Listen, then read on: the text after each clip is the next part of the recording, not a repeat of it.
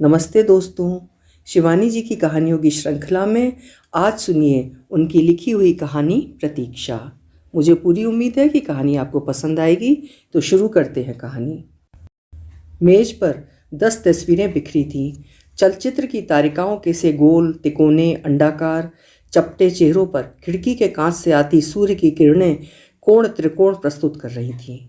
ज्योतिष और हस्तरेखा का सुविज्ञ पंडित विमल उन चेहरों की ज्यामिति के असाध्य साध्यों में से 3 दिन से उलझा पड़ा था। आज तक किसी भी चेहरे के विभिन्न अवयवों की कुंजी से वो चेहरे के स्वामी अथवा स्वामिनी के जटिल से जटिल ताले को भी खोल देने की अद्भुत क्षमता रखता था। पतले होठों का कितनी डिग्री के कोण मनुष्य को क्रूर बनाता है।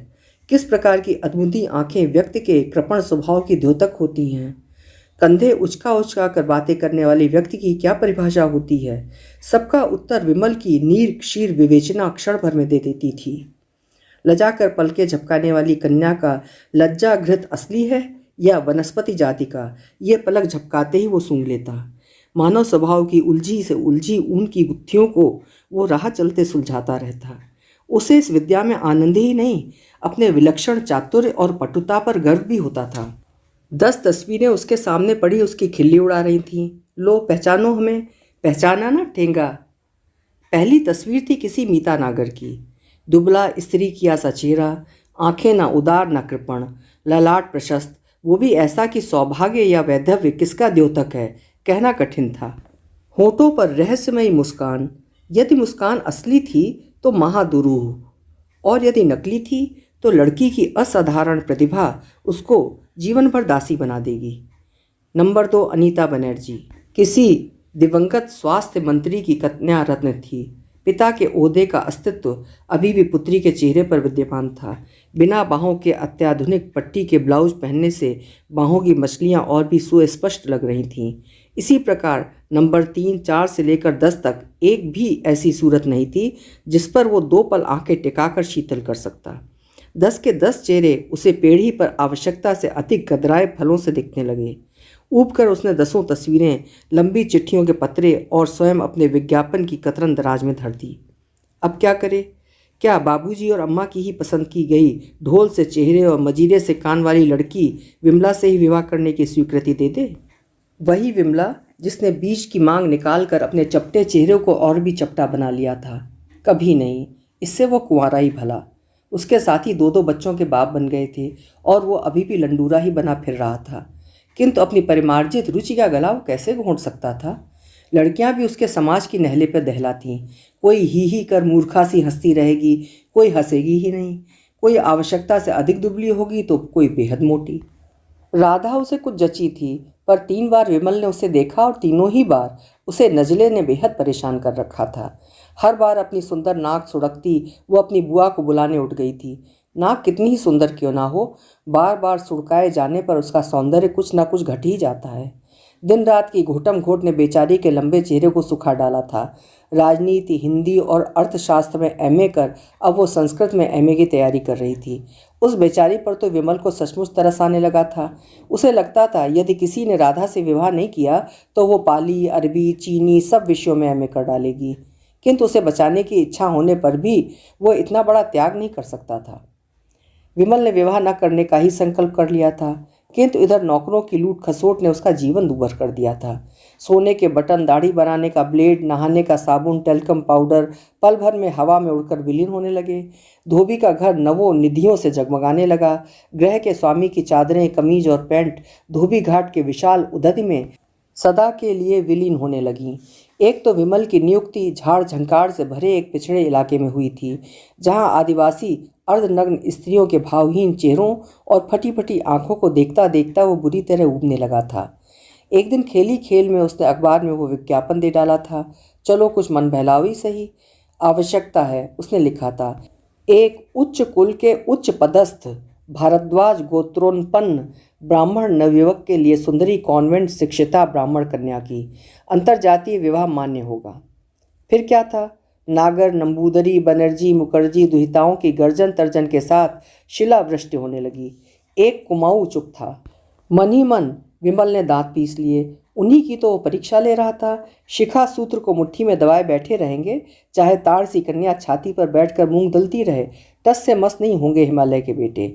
यदि कहीं भी उसने अपनी जन्मभूमि का उल्लेख किया होता तो अब तक उसे विजेता हॉकी टीम के कप्तान की भांति वे हाथों ही हाथों में उछालते नजर आते। खैर कोई बात नहीं, देख लेगा वो। पर देख कहाँ पा रहा था। रिसेप्शनिस्ट, रेडियो आर्टिस्ट, नृत्य कुशला, टेलीविज़न तारिका, किसी में भी तो वो अपने मन की राधिका को अब तक नहीं ढूंढ पा रहा था। अचानक डाकिया एक पत्र डाल गया। होगा किसी कन्याग्रस्त पिता का। उसका अनुमान ठीक ही निकला, किंतु जहां आज तक आए पत्रों की बनावटी भाषा और आडंबरपूर्ण शब्द चयन उसे आधा ही पत्र पढ़कर उबा देता था, वहां उस छोटे से सरस पत्र की सजीव भाषा ने उसके अंतर को छू लिया। महोदय के माँ को देखते ही उसने लिखने वाले व्यक्ति के व्यक्तित्व को बैठे बैठे ही सूंघ लिया। कैसी सुस्पष्ट बनावट थी माँ की। चीनी स्याही से लिखे गए हिंदी अक्षर किन्हीं प्राचीन ग्रंथों के भोजपत्र पर लिखे गए मुक्ताक्षरों से होड़ सी ले रहे थे। पत्र क्या था, किसी संग्रहालय से उड़कर आ गया था। सुलिखित, सुरक्षित किसी पूर्वकालीन ग्रंथ का फड़फड़ाता पन्ना था। महोदय से आरंभ किए गए पत्र में प्रत्येक अक्षर की दूरी जैसे इंची टेप से नापी गई थी। आपका उदार विज्ञापन देखकर चित्त प्रसन्न हो गया। कल रविवार है और हमारे सौभाग्य से आप नैनीताल आए हुए हैं। हमारे साथ जलपान ग्रहण करने का कष्ट अवश्य करें। विनीत, शिवेंद्र मोहन पंत। विमल उछल गया। ना कहीं विवाह योग्य कन्या का उल्लेख, ना निरर्थक दीनता। हो सकता है एक भी दुहिता ना हो, केवल उत्सुकता वशी न्योता दिया हो, और हो सकता है दर्जन भर विवाह योग्य कन्याओं के पिता हों। वाह वाह, एकदम अगाथा क्रिस्टी के उपन्यास के तीसरे पृष्ठ का सा आनंद आने लगा था। नाम भी कितना भ्रामक था। पहाड़ी नाम आमतौर पे ऐसे नहीं हुआ करते। क्या पता महाराष्ट्री हों। कुमाऊं का गजेटियर विमल को कंठस्थ था। पिता ने कुछ आपत्ति की तो वे कोंकण से आकर कुमाऊं में बस गए। गौतम पंत का नाम गजेटियर खोलकर दिखा देगा। क्या अंतर्जातीय विवाहों को तब मान्यता नहीं मिली थी। बंगले का नाम भी बड़ा रोचक था, रोडोडेन रोज लॉज।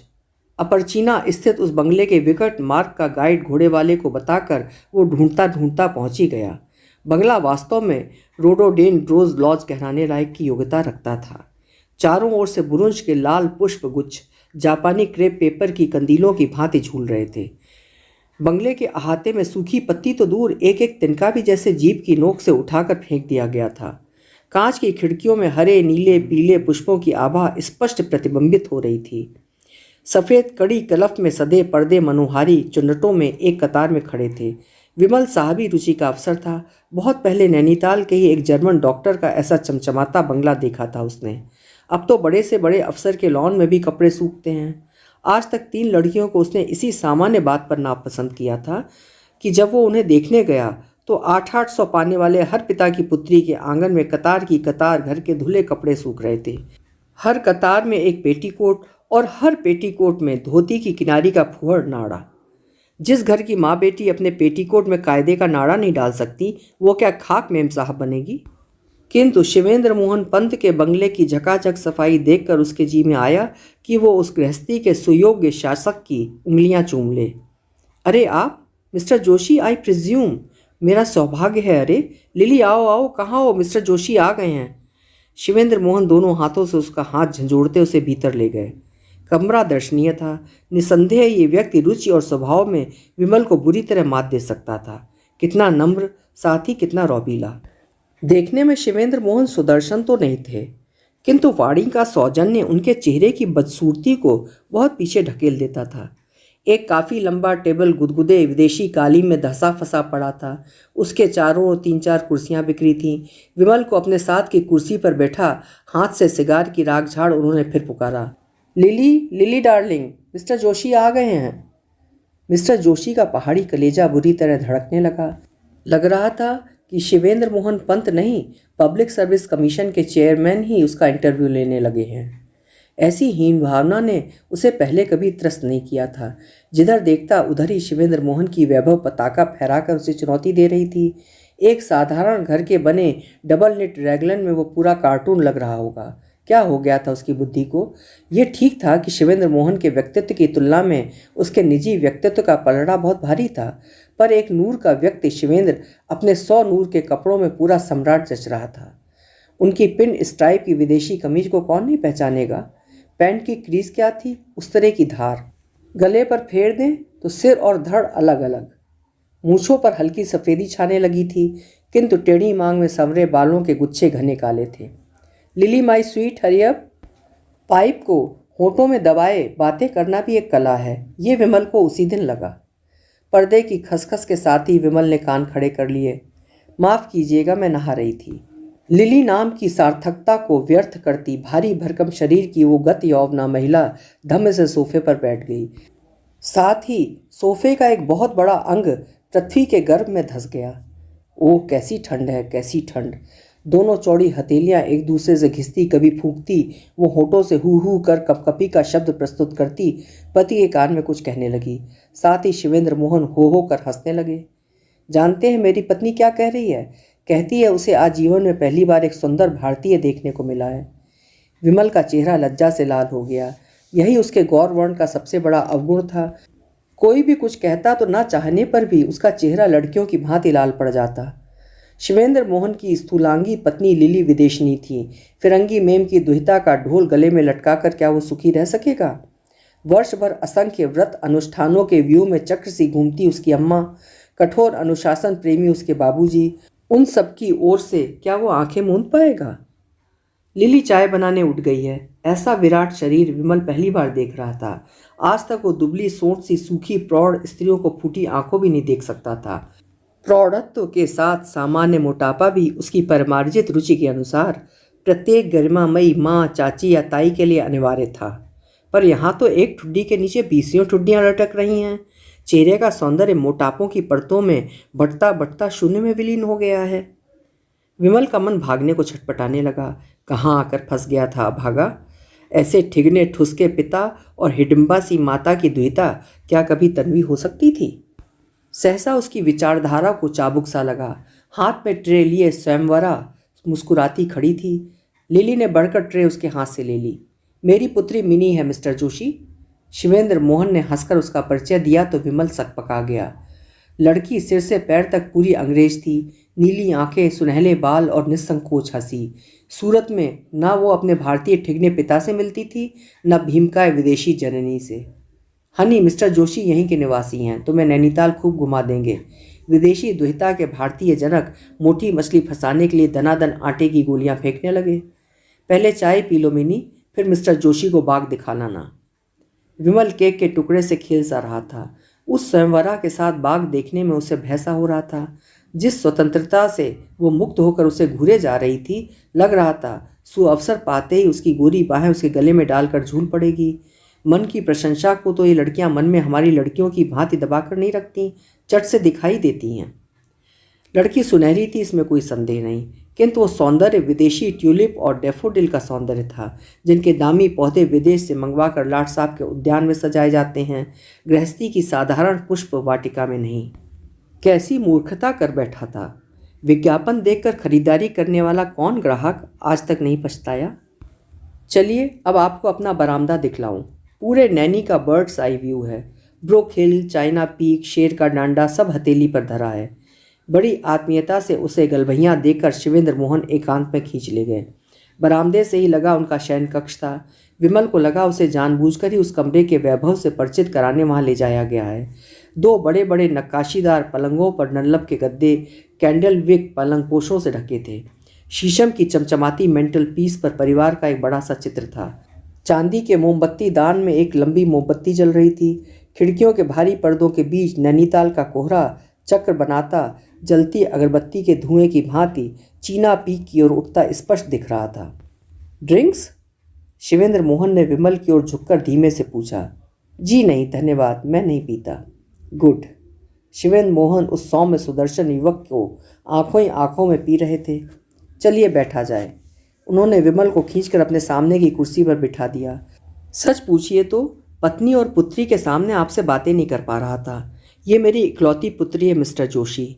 देखने में कैसी है ये तो आपने देख ही लिया। वैसे तो अपनी पुत्री और दूसरे की पत्नी सबको ही अच्छी लगती है। वे तिरछी दृष्टि से विमल की ओर देखकर मुस्कुराने लगे। आप जैसा रत्न उसे मिल जाए तो मुझसे बड़ा भाग्यवान कोई नहीं होगा। 30 वर्ष विदेश में ही बीत गए मिस्टर जोशी, शिवेंद्र मोहन स्वयं कहे जा रहे थे।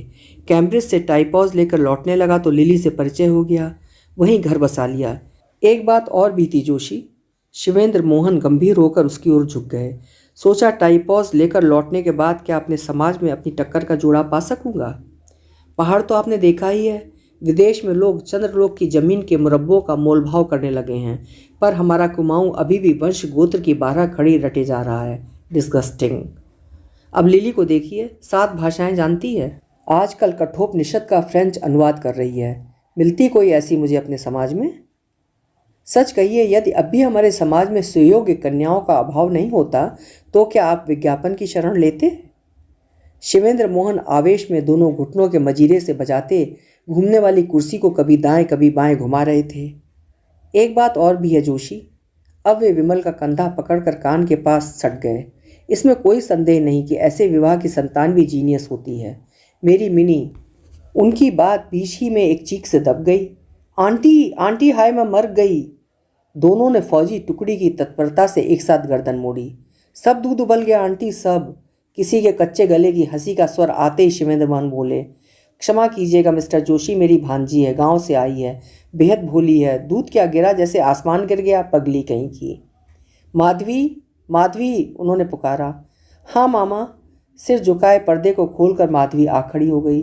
लाल पर्दे की रक्तिम आभा ने गोरे चेहरे को और भी रक्तिम कर दिया था। विमल मुग्ध होकर उसे देखता रहा। ऐसा रंग और तीखा नैन नक्श तो कुमाऊं की ठसकेदार शाहनियों में ही देखा जाता है। माधवी बेटी, 2 प्याले चाय बना लाओ। शिवेंद्र मोहन ने दोनों पैर फैलाकर गर्दन के पीछे गद्दी ठीक से लगा ली। मुझे आज्ञा दें, चाय नहीं पीऊँगा। विमल उठ गया। फिर कभी दर्शन करूँगा। फिर कभी क्यों जोशी, कल हमारे साथ लंच लोगे तुम? हमारी माधवी एकदम पहाड़ी खाना खिलाएगी आपको, है ना माधवी? मुस्कुराती माधवी पर्दा मरोड़ती रही। विमल ने देखा लड़की की पलकें आश्चर्यजनक रूप से लंबी थीं और मुस्कुराने पर दोनों गालों में गड्ढे पड़ जाते थे। सुदर्शना नारी के गालों के गड्ढे भी कभी तराई के खौफनाक दलदल के गड्ढों की भांति सांघातिक होते हैं। विमल उसी दलदल में धंस गया। लंच का प्रस्ताव न टाल सका। वो दूसरे दिन आया, पर खाने की मेज पर माधवी नहीं आई। मामा ने ही कैफियत भी दी। जन्म से ही अल्मोड़ा के सरल नगरवासियों में रही है। कहती है मेज पर बैठकर छुरी कांटे से नहीं खा पाती, चौके में ही खा रही है। सिली। आंटी ने फिर तुरुक मारी। मैडोबी, मैडोबी। उन्होंने अपने मांसल कंठ के घंटे घड़ियाल सब बजा डाले, पर माधवी नहीं आई। खाना खाकर विमल पगडंडी से उतर रहा था तो एक चट्टान पर गठरी सी बनी माधवी को देखकर ठिठक गया। बंगले से इतनी दूर अकेली गुमसुम माधवी तो थी। अरे आप अकेली यहाँ क्या कर रही हैं? वो चट्टान के पास ही बैठ गया। उसे अचानक अपने सम्मुख खड़ा देखकर ध्यान मग्न माधवी हड़बड़ा कर उठ गई। मैं रोज इस चट्टान पर बैठकर काला ढूंगी की नई सड़क को देखती हूँ। देखिए ना कितनी सुंदर लगती है, एकदम प्रश्न का चिन्ह। वो हंसी और उसकी निर्दोष हंसी आंखों से छलकती उसके पूरे चेहरे को भिगो गई। खाना खा लिया? उसने पूछा। नहीं। विमल ने सामान्य रसिकता करने की चेष्टा की। आप तो आई नहीं, खाता कैसे? माधवी पहले बड़ी बड़ी आंखें पूरे चेहरे पर फैलाकर अबोध शिशु की भांति उसे देखती रही, फिर रसिकता का सूत्र हाथ में आते ही ठटाकर हंस पड़ी। देखिए ना, मैं बार बार भूल जाती हूँ कि कांटा किस हाथ से पकड़ा जाता है, इसी से नहीं आई। चलूँ आंटी मैडोबी मैडोबी कर रही हैं। वो फिर हंसने लगी। विमल आश्चर्यचकित हो उन लाल प्रवाल से अधरों की प्राकृतिक लालिमा देख रहा था। अपने जिले की कितनी अप्सराओं को वो नित्य प्रति देखता रहता था। लिपस्टिक के जितने ही विचित्र शेड, उतनी ही बहुरंगी मुस्कानें। किसी के रंगे अधर देखकर लगता श्वेत कुंठ हो गया है या जलकर पूरी चमड़ी ही बदरंग हो गई है। क्या आधुनिक श्रृंगारिकाओं की रुचि का स्तर इतना गिर गया था? सौंदर्य ये है जिसे देखते ही पैर थरथराने लगते हैं, कंठ वाष्प स्तंभित हो जाता है। कैसी कटावदार आंखें हैं और क्या रंग पाया है लड़की ने। वो जिलाधीश की पत्नी ही नहीं, किसी भी कमिश्नरी की नूरजहां बनाई जा सकती है। जैसे भी हो, इस रत्न को राजकोष में लाना ही होगा, सोचकर वो जी जान से जुट गया। जिस चट्टान पर बैठकर माधवी नई सड़क देखती थी, उसे लुढ़काकर पास के ही एक गहन वन में स्थापित कर दिया गया। ऊपर अखरोट के वृक्ष की घनी छतरी ऐसे तनी थी कि दूर से तो क्या, पास से झांकने पर भी कोई उस लता गुलमाच्छादित चट्टान का ओर छोड़ नहीं देख सकता था। माधवी को बचपन से ही ऊंचे पेड़ों पर चढ़ने की दक्षता प्राप्त थी। अखरोट के ऊंचे पेड़ पर चढ़ वो दुष्टता से अपनी सुडौल टांगें शून्य में लटकाकर दूसरी डाल से ऐसे झूलने लगती जैसे सर्कस के ट्रैपीज का प्रदर्शन कर रही हो। 15 ही दिनों में वो बित्ते भर की लड़की उसके कितने निकट आ गई थी।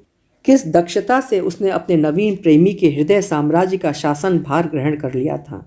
एक डाल से दूसरी पर चिड़िया सी चहकती वो विमल को छेड़ने लगती। अच्छा बताइए तो, मिनी से आपकी शादी हो गई तो आपके बच्चों की आंखें मिनी जैसी होंगी, नीली, या आप जैसी? देखूं कैसी आंखें हैं आपकी। वो डालें चरमराती विमल की आंखों का रंग देखने धम्म से नीचे कूद पड़ती, किंतु रंग देखने के पहले ही विमल उसे बाहों में पीसकर उसकी सुचेष्टा को व्यर्थ कर देता।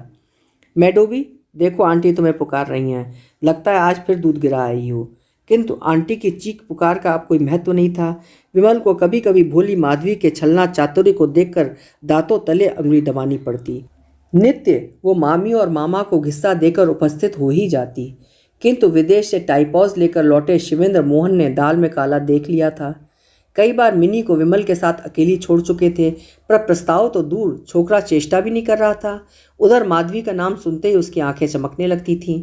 भोली माधवी भी जादू की छड़ी का सा स्पर्श पाकर संध्या होते ही कहीं विलीन हो जाती थी। कभी कहती हमारे कॉलेज की प्रिंसिपल मिल गई थी, वही खींच ले गई, कभी कहती घूमने गई थी। इधर छोकरी के चेहरे को एक अनोखी लालिमा ने रंग दिया था। विमल अपनी छुट्टियां अकारण ही बढ़ाता जा रहा था। क्या सचमुच ही उनकी सरल मातृहीना बांजी ने उनकी पुत्री को पछाड़ दिया था? उनका अनुमान ठीक ही निकला। जाने के कुछ दिन पूर्व विमल ने उनके सम्मुख अपना दुस्साहसी प्रस्ताव रख दिया। वो माधवी से ही विवाह करेगा। जोशी, तुम जानते हो तुम क्या कह रहे हो? शिवेंद्र मोहन बौखलाकर पूरे कमरे में चहलकदमी करने लगे। मेरी ही मूर्खता है, तुम्हें पहले आगाह कर देना था। ये विवाह तुम नहीं कर सकते। क्यों? विमल का स्वर अधैर्य से झुंझला उठा। उसे अचानक वो ठिगना व्यक्ति महाकुत्सित लगने लगा। मेरी भांजी पिछले वर्ष 4 महीने पागलखाने में बिता चुकी है। पिछली बार परीक्षा देने के बाद ही इसका दिमाग फिर गया था। मैं ही इसे बिजली के झटके दिलवाने बरेली ले गया था। कभी भी मानसिक उत्तेजना बिजली से दबाए गए इसके रोग को उभार सकती है, तब क्या करोगे? इस आकस्मिक तर्क के लिए विमल के पास कोई उत्तर नहीं था। क्या उसकी सुकुमार प्रेमिका को सचमुच किसी निर्दयी ने बिजली के झटके से कपाया होगा, या पुत्री का सौभाग्य द्वार बंद होते देख ईर्ष्यावश बुढ़ा झूठ बोल रहा था? विमल को अखरोट की डाल से लटक कर नटनी के से छल बल का प्रदर्शन करने वाली अपने कौतुक प्रिया में भी उन्मादिनी का ही रूप दिखने लगा।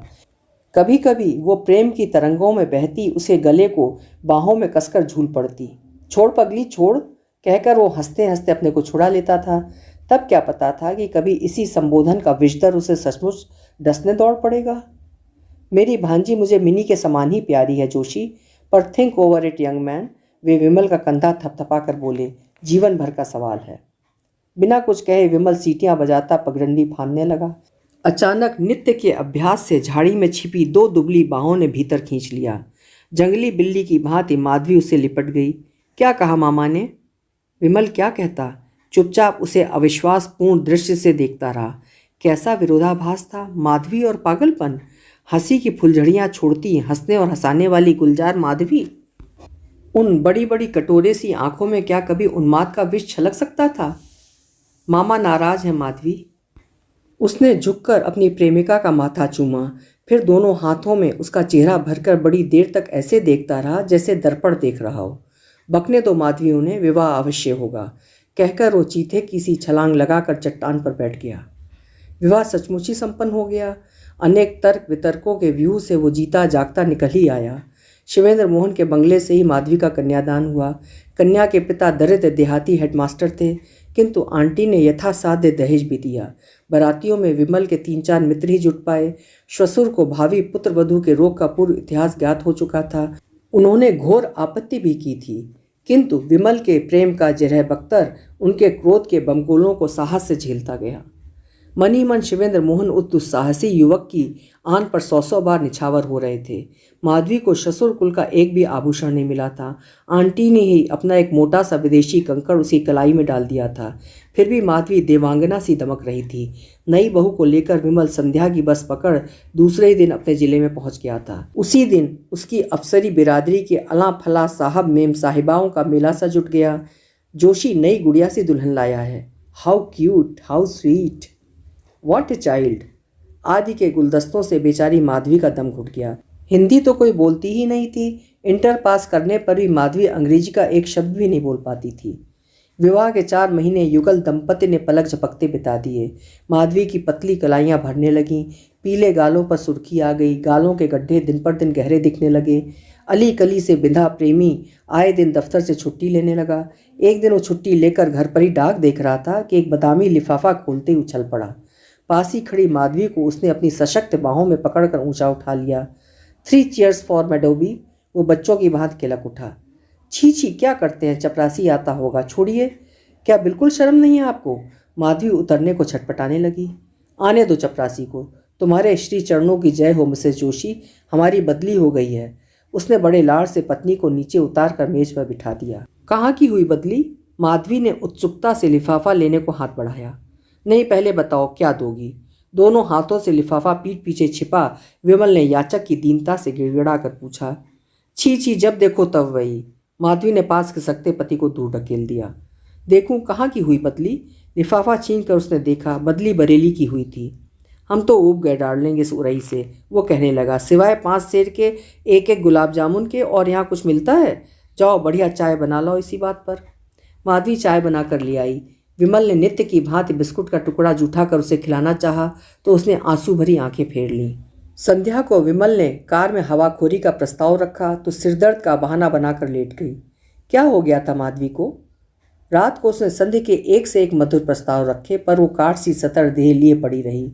नित्य वो दिन चढ़े जाने पर भी पति के गले में हाथ डाली सोती रहती थी। माधवी उठो सुबह हो गई, वो उसे गुदगुदा कर जगाता, तब वो कई करवटें बदलने के बाद उठ पाती थी, पर अब वो न जाने कब उठकर चली जाती। पत्नी में आश्चर्यजनक परिवर्तन से विमल मन ही मन आशंकित हो उठा। रात को भी कभी उसकी नींद टूट जाती तो देखता माधवी कभी खिड़की के पास खड़ी शून्य दृष्टि से बाहर देख रही है, कभी पूरे कमरे में चहलकदमी करते होठों ही होठों में कुछ बड़बड़ा रही है। क्या तबीयत ठीक नहीं है माधवी? उसने एक दिन बड़े प्यार से उसके बालों पर हाथ फेर कर पूछा। नींद नहीं आती, वो पति से चिपट कर अकारण ही सिसकने लगी। विमल दूसरे ही दिन सिविल सर्जन को बुला लाया। सिविल सर्जन ने अनुभवी दृष्टि से माधवी को सिर से पैर तक देखा, रक्तचाप लिया और फिर विमल को एकांत में खींच ले गया। क्या कभी पहले भी इस अनिद्रा का आभास मिला था विमल को? विवश होकर विमल ने रोग का पूर्व इतिहास बता दिया। जिस दिन से उसने बरेली की बदली का समाचार सुना उसी दिन से वो बदल गई थी। देखिए मिस्टर जोशी, मुसलमान सिविल सर्जन का सौम्य चेहरा अनुभव की झुर्रियों से भर गया। ऐसे कितने ही केस देख चुके थे वे। बरेली के साथ बेचारी की पिछली जिंदगी का पर्दा उठ गया है। एक बार वहाँ से लौटे मरीजों को यही एसाइलस फोबिया हो जाता है। हमदर्दी से ही फुसला कर वहाँ ले चलना होगा। एक बार बिजली के झटकों ने मर्ज को दबाया है, मुमकिन है फिर दबा दे। फिर अभी वायलेंट नहीं है। आप किसी ऐसी जगह का जो इन्हें बेहद पसंद है नाम लेकर फुसला कर ले जाइए। मुझे उम्मीद है कि 2-3 ही झटके बीमारी को झटक देंगे। उसी दिन विमल ने माधवी के विकट रोग को पराजित करने का दृढ़ संकल्प लिया। रात को माधवी शांत बच्ची से उसकी छाती से लगी पड़ी रही।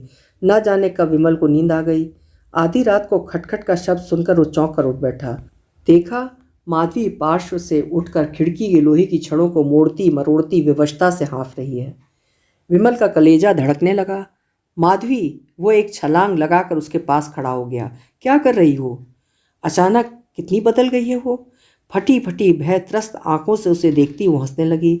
इन क्षणों में कैद कर तुम मुझे वहीं भेजना चाहते हो ना? कहाँ भेजना चाहता हूँ माधवी? बरेली, पर मैं नहीं जाऊँगी। नहीं नहीं, 100 बार नहीं। उस नहीं नहीं रटन के साथ साथ उसके माथे की नसें तन गईं।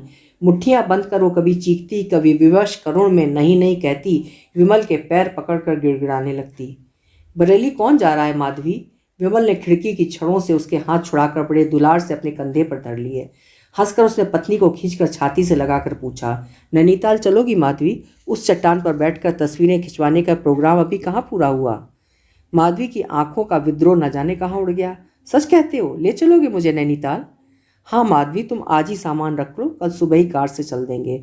बड़े उत्साह से गर्म कपड़े संजोती, नाश्ता बनाती, बच्ची सी मचलती माधवी एक बार फिर पुरानी माधवी बन गई। कार चली तो उसने पति के कंधे पर सिर रखकर आंखें मूंद ली। पागल खाने को पहली सूचना भेज दी गई थी विमल का एक मित्र द्वार पर ही एक मोटी मर्दानी औरत को लिए उनकी प्रतीक्षा कर रहा था। वो महिला संभवतः पागल खाने की परिचारिका थी।